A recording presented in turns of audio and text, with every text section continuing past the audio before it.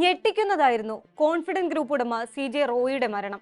ആത്മവിശ്വാസം കൊണ്ടും കഠിന പ്രയത്നം കൊണ്ടും വളർന്നു വന്ന ഒരാൾ ആദായ നികുതി വകുപ്പിന്റെ പരിശോധനകളെ തുടർന്ന് സ്വയം ജീവനെടുക്കുക. ബിസിനസ് ലോകവും റോയിയെ കേട്ട് പരിചയിച്ചവരുമെല്ലാം നടുങ്ങിയ വാർത്തയായിരുന്നു അത്.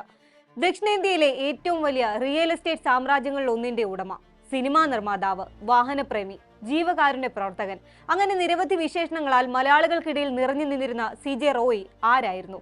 എന്താണ് അദ്ദേഹത്തിന് ശരിക്കും സംഭവിച്ചത്? പരിശോധിക്കാം. സ്വാഗതം ഇൻഡെപ്തിലേക്ക്.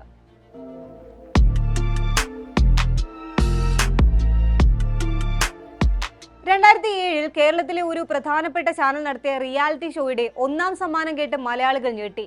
ആ ഞെട്ടിക്കലിന് പിന്നിലെ പേര് CJ റോയി എന്നായിരുന്നു. കോൺഫിഡന്റ് ഗ്രൂപ്പിന്റെ 40 ലക്ഷം രൂപയുടെ ഫ്ളാറ്റ് സമ്മാനമായി വാഗ്ദാനം ചെയ്തായിരുന്നു അന്ന് CJ റോയി ഞെട്ടിച്ചത്. അന്നു മുതൽ റോയിയും കോൺഫിഡന്റ് ഗ്രൂപ്പും മലയാളികൾക്കിടയിൽ ഉണ്ടായിരുന്നു.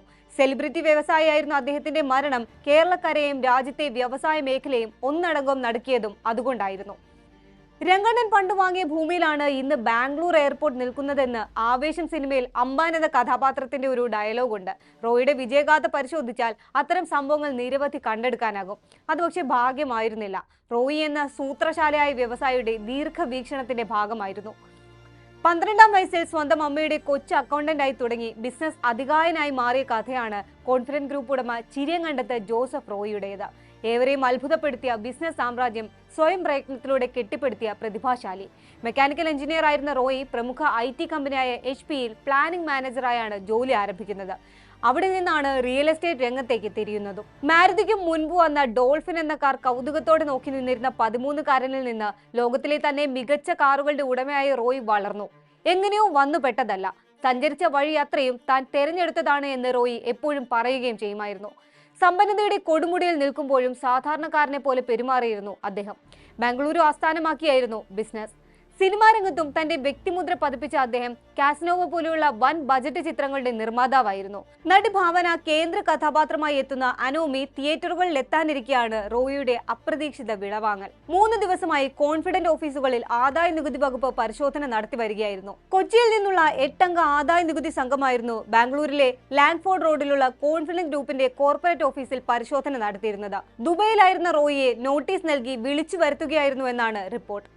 ഉദ്യോഗസ്ഥരെ ഏൽപ്പിച്ച കടുത്ത സമ്മർദ്ദമാണ് റോയിയുടെ മരണത്തിലേക്ക് നയിച്ചത് എന്നാണ് സഹോദരൻ ബാബു റോയി ആരോപിക്കുന്നത്.